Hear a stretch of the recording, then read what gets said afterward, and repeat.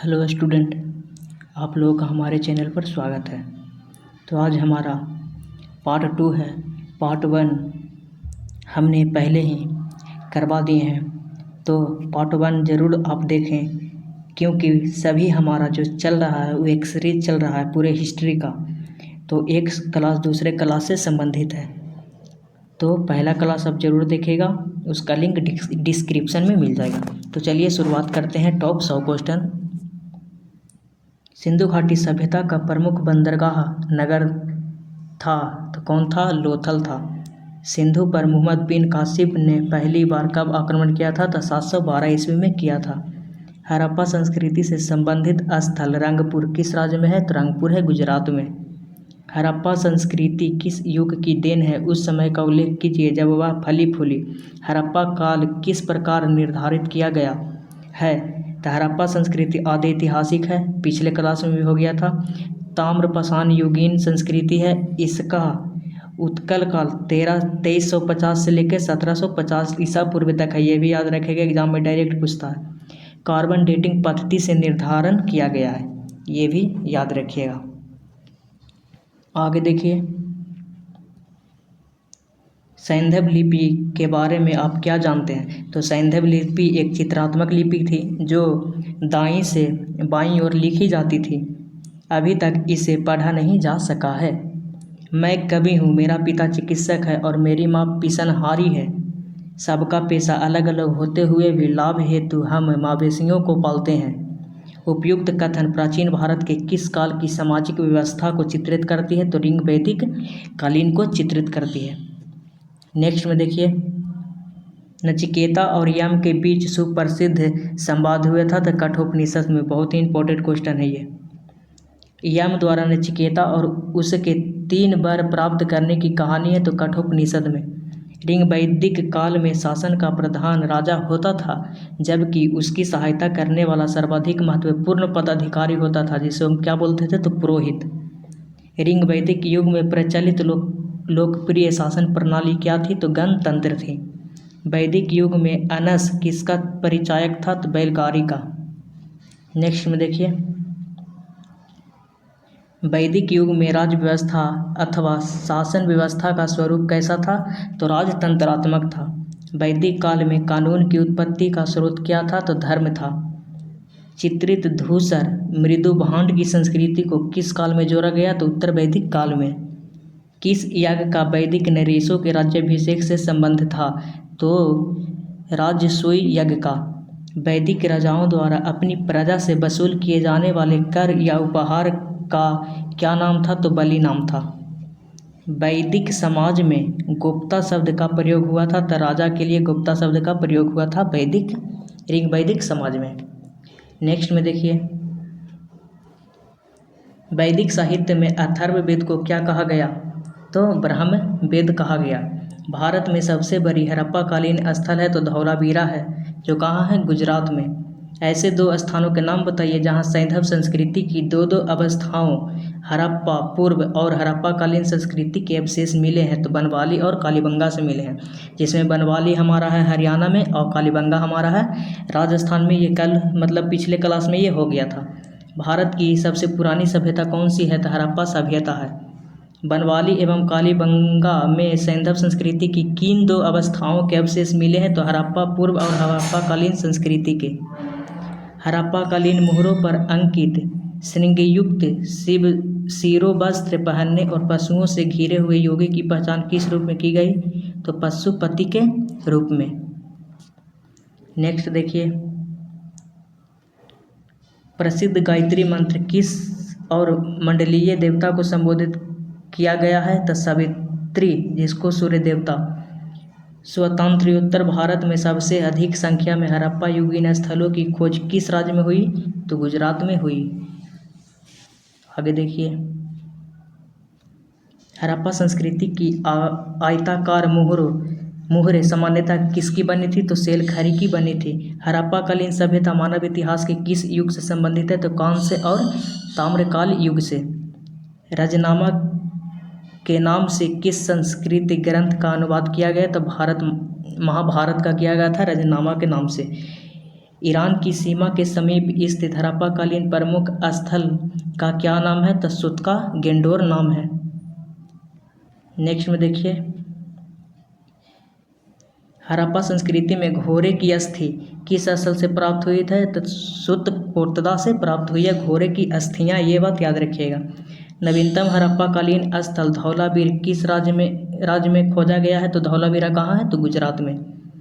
किस स्थान के उत्खनन में तांबे की मुहरें प्राप्त हुई थी? तो हड़प्पा के उत्खनन में। हड़प्पा सभ्यता के लोग किसकी उपासना करते थे? तो मातृ देवी की, प्रकृति देवी की और स्वास्तिक चिन्ह की उपासना करते थे। हड़प्पाकालीन स्थल सुत्का-कोटदा कहाँ पाया गया? तो ये गुजरात में पाया गया। हड़प्पा के विशाल टीलों की ओर सर्वप्रथम किसने ध्यान आकृष्ट किया? तो चार्ल्स मैसन ने किया था। कौन सा हड़प्पाकालीन नगर पशुओं का एक बहुत बड़ा केंद्र है? तो नैसदी। हड़प्पा सभ्यता के किस पूरा स्थल को सिंध का बाग या मृतकों का टीला कहा गया है? तो मोहनजोदड़ो को कहा गया है।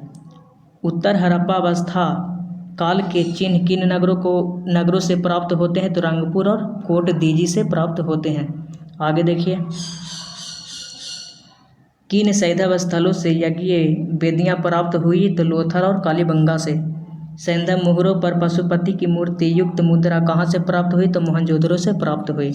मोहनजोदड़ो से प्राप्त एक नित्यरत नर्तकी की नग्न प्रतिमा उनकी मूर्ति कला का सर्वश्रेष्ठ नमूना है। यह किस धातु मिश्र धातु की बनी थी? तो कांस्य की बनी थी। मोहनजोदड़ो से प्राप्त पशुपति की मुहर पर हाथी, गैंडा, बाघ, अश्व और बैल में से कौन अंकित नहीं है? तो इसमें से अश्व जो अंकित नहीं था मोहनजोदड़ो से प्राप्त पशुपति की मुहर में। नेक्स्ट देखिए, मोहनजोदड़ो के विशाल स्नानागार के निकट विशाल कक्ष के छत किसके स्तंभों पर आश्रित है? तो कितने स्तंभों पर आश्रित है? तो 20 स्तंभों पर। प्रसिद्ध कांस्य नर्तकी किस स्थान से प्राप्त हुई है? मतलब नाचती हुई नर्तकी तो मोहनजोदड़ो से प्राप्त हुई है। मोहनजोदड़ो ये पिछले क्लास में भी आया था। मोहनजोदड़ो किस नदी के समीप स्थित है? तो सिंध नदी के। और लोथल है भोगवा नदी के, याद रखिएगा। मोहनजोदड़ो का सबसे महत्वपूर्ण स्थल है तो विशाल स्नानागार। बोलेगा विशाल स्नानागार मतलब नहाने की जगह कहाँ से मिली है? तो मोहनजोदड़ो से मिली है। आगे देखिए, सैंधव सभ्यता के एक स्थल को स्तूप टीला की संज्ञा दी गई क्योंकि उस स्थल पर एक कुषाण कालीन स्तूप प्राप्त हुआ। यह स्थल कहाँ स्थित है? तो यह मोहनजोदड़ो में स्थित है। आगे देखिए, सैंधव सभ्यता के किस स्थान के नाम का अर्थ मुर्दों का टीला है? तो मोहनजोदड़ो का अर्थ मुर्दों का टीला होता है, मतलब मृतकों का टीला। मोहनजोदड़ो की खुदाई किस नदी के तट पर हुई? तो सिंधु नदी, अभी पता पीछे आया था। सिंधु 6ठी शताब्दी ईसा पूर्व में वत्स महाजनपद की राजधानी कहाँ थी? तो कौशाम्बी। जहाँ महाजनपद की राजधानी दम याद रखिएगा, एक आ गया है वत्स महाजनपद की राजधानी थी कौशाम्बी। बुद्ध का महापरिनिर्वाण किस महाजनपद की राजधानी कुशीनगर में हुआ था? तो मल्ल महाजनपद की राजधानी कुशीनगर थी, उसमें हुआ था। प्रसेनजीत किस महाजनपद का एक विख्यात शासक था? तो कौशल महाजनपद का शासक था। वैशाली किस महाजनपद की राजधानी थी? तो बज्जी, मतलब बज्जी महाजनपद की राजधानी थी वैशाली, दम याद रखिएगा। राजधानी वाला आपके लिए बहुत इंपॉर्टेंट है, बहुत एग्जाम में भी कल आ रहे हैं। नेक्स्ट में देखिए, वत्स महाजनपद आधुनिक उत्तर प्रदेश के प्रयाग के पास तथा काशी जनपद के दक्षिण पश्चिम में था। इसकी राजधानी यमुना के तट पर अवस्थित कौशाम्बी थी। आजकल इसे किस नाम से पुकारा जाता है? तो कोसम के नाम से पुकारा जाता है। 16 महाजनपदों में से किस महाजनपद की राजधानी का नाम गिरिब्रज था? तो मगध महाजनपद की राजधानी गिरिब्रज था। सबसे बड़ा महाजनपद मगध है, ये भी याद रखिएगा। किस बौद्ध ग्रंथ से यह पता चलता है कि 6ठी शताब्दी ईसा में 16 महाजनपद विद्यमान थे? तो अंगुत्तर निकाय से पता चलता है। ये भी क्वेश्चन इंपॉर्टेंट है, बहुत बार एग्जाम में आया है। महावीर के देहांत के बाद जैन धर्म का आध्यात्मिक नेता कौन बना? तो आध्यात्मिक नेता बना था सुधर्मन। नेक्स्ट में देखिए, दिलवारा जैन मंदिर का निर्माण किन शासकों ने करवाया था? तो सोलंकी शासकों ने करवाया था। माउंट आबू के दिलवारा के मंदिर किस स्थापत्य कला की उच्च कोटि के नमूने हैं? तो भारत के जैन स्थापत्य कला के, ये भी याद रखिए। जैन धर्म के दिगंबर और श्वेतांबर संप्रदायों में अंतर बताइए। तो दिगंबर जो संप्रदाय थे ये मोक्ष प्राप्ति हेतु अनास्तिक एवं नगण्य को आवश्यक माना गया, जबकि स्वयंवर था जो संप्रदाय में नगण्यता को अनावश्यक माना गया।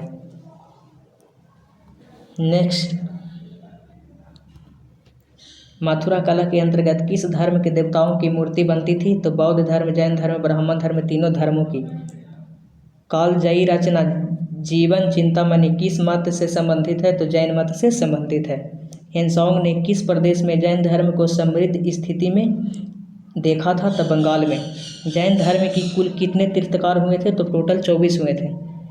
जैन धर्म ग्रंथों की मुख्य भाषा क्या थी? तो प्राकृत, ये भी याद रखिएगा। जैन मतावलंबियों ने किस आम बोलचाल की भाषा को अपनाया था? तो प्राकृत को अपनाया था। जैन धर्म के प्रथम तीर्थंकर कौन थे? तो ऋषभदेव, ये भी याद रखिएगा। जैन धर्म का महत्वपूर्ण ग्रंथ जो संस्कृत में लिखा गया कौन है? तो कल्पसूत्र है। प्रथम जैन सभा किस शासक के काल में हुई थी? तो चंद्रगुप्त मौर्य के शासनकाल में प्रथम जैन सभा हुई थी। Very important. दिलवारा जैन मंदिर कहाँ है? तो माउंट आबू में है।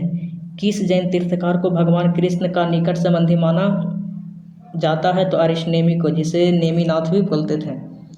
मौर्य वंश का कौन सा शासक वृद्धावस्था में जैन संत भद्रबाहु के साथ दक्षिण चला गया? तो चंद्रगुप्त मौर्य था। ये अपने सलेखना विधि द्वारा अपना त्याग कर दिए थे, मतलब अपना मृत्यु को स्वीकार कर लिए थे। सम्राट अकबर के जैन धर्म के जैनाचार्य हरिविजय सूरी को क्या उपाधि प्रदान की थी? तो जगत गुरु की उपाधि प्रदान की थी। सोनगिरी का ऐतिहासिक दिगंबर जैसे तीर्थ स्थल किस राज्य में है? तो मध्य प्रदेश में है। बौद्ध धर्म हीनयान और महायान दो संप्रदाय में कब विभक्त हो गए? तो कुषाण काल में विभक्त हो गए थे। भारत सरकार द्वारा देश के राष्ट्रीय चिन्ह के रूप में अपनाए गए अशोक के सारनाथ स्तंभ के धर्म चक्र में कितनी तिलियां हैं? तो 24। Very important. किस बौद्ध सन्यासी के प्रभाव में आकर अशोक बौद्ध धर्म का अनुयायी बना? तो ये उपगुप्त के प्रभाव में आकर बन गया था। बुद्ध का सारनाथ में दिया गया प्रथम प्रवचन क्या कहलाता है? तो धर्म चक्र प्रवर्तन कहलाता है। विशिष्टाद्वैत के प्रवर्तक कौन थे? तो रामानुजाचार्य। पिछले क्लास में भी ये आया था, इसलिए मैं फिर से बोल रहा हूँ कि पिछला क्लास आप देखते आइएगा, उससे आगे आपको आसान मिलेगी। नेक्स्ट में देखिए, बौद्ध ग्रंथों में उल्लिखित धर्म चक्र प्रवर्तन क्या है? तो सारनाथ में दिया गया बुद्ध का प्रथम उपदेश है। किस स्थान को बौद्ध धर्म की जन्मस्थली माना जाता है? तो लुम्बिनी कहाँ है? नेपाल में। किस बौद्ध भिक्षु के प्रभाव से अशोक धर्म परिवर्तन हुआ? तो उपगुप्त के प्रभाव से। बौद्ध धर्म ग्रहण करने वाली पहली महिला कौन थी? तो जैमिनी थी। बौद्ध धर्म किस संगति में बौद्ध धर्म दो भागों में हीनयान तथा महायान में विभाजित हो गया? तो चौथी संगति में हो गया था। महमूद गजनवी के साथ भारत आए विद्वान ने भारतीय समाज पर किताबुल हिंद नामक पुस्तक लिखा था। अलबरूनी ने लिखा था किताब उल नामक पुस्तक। नेक्स्ट में देखिए, खमेर राजा ने किस भारतीय राजा से मित्रता की थी? तो राजेंद्र प्रथम से। सल्तनत काल में हक ए सर्व क्या थी? तो ये सिंचाई कर थी। हक ए सर्व नायब ए मामलिकात नामक पद का सृजन सल्तनत में किसने किया था? तो मुइज़ उद्दीन बरहमशाह। यहाँ सल्तनत का मतलब हो रहा है दिल्ली सल्तनत। आगे जैसे जैसे क्वेश्चन आएंगे तो होते चल जाएगा। मुगल काल में लोक निर्माण विभाग को क्या कहा जाता था? तो सोहरत ए आम कहा जाता था। बंगाल के किस नवाब ने अपनी राजधानी मुर्शिदाबाद से परिवर्तित करके मुंगेर कर ली थी? तो मीर कासिम ने। VVI क्वेश्चन ये बहुत बार एग्जाम आया है, आप सर्च मार के देख सकते हैं। CGL हो कुछ भी हो सब में आता है। किस अभिलेख से पुष्टि हुई कि पुष्यमित्र शुग ने अश्वमेध यज्ञ किया था? तो अयोध्या अभिलेख से यह पुष्टि हुई। कनिष्क की राजधानी क्या थी? तो पुरुषपुर थी, जिसे पेशावर भी बोला जाता था। नेक्स्ट में देखिए, नरसिंह वर्मन द्वितीय ने जिसकी उपाधि राज्य सिंह थी, कांची में किस मंदिर का निर्माण करवाया था? तो कैलाश मंदिर का निर्माण करवाए थे। संगम युग में तमिलों का सर्वाधिक लोकप्रिय देवता कौन थे? तो मुरुगन थे। चोल राजा सामान्यतः किस मत के संरक्षक थे? तो शैव मत के संरक्षक थे। मोहम्मद बिन तुगलक ने किस धातु में सांकेतिक सिक्कों का प्रवचन किया था? तो पीतल और तांबा में। गुजरात को जीतकर किसने उसे दिल्ली सल्तनत में शामिल किया था? तो अलाउद्दीन खिलजी ने गुजरात को जीतकर उसे दिल्ली सल्तनत में मिला लिया था। अमीर खुसरो को किस यागुन शैली का जन्मदाता माना जाता है? तो कव्वाली शैली का जन्मदाता माना जाता है अमीर खुसरो को। नेक्स्ट में देखिए, कबीर की मृत्यु के पश्चात उनकी समाधि कहाँ बनाई गई थी? तो मगहर में बनाई गई थी। अकबरनामा के प्रख्यात लेखक अबुल फजल की हत्या किसने की थी? तो वीर सिंह देव बुंदेला ने अब्दुल फजल की हत्या कर दी थी। बामी शहजादे खुसरो को आश्रय देने के लिए जहांगीर ने किस सिख गुरु को मृत्यु दंड दिया था? तो गुरु अर्जुन देव को मृत्यु दंड दिया था। ये भी क्वेश्चन बहुत बार एग्जाम में आया है।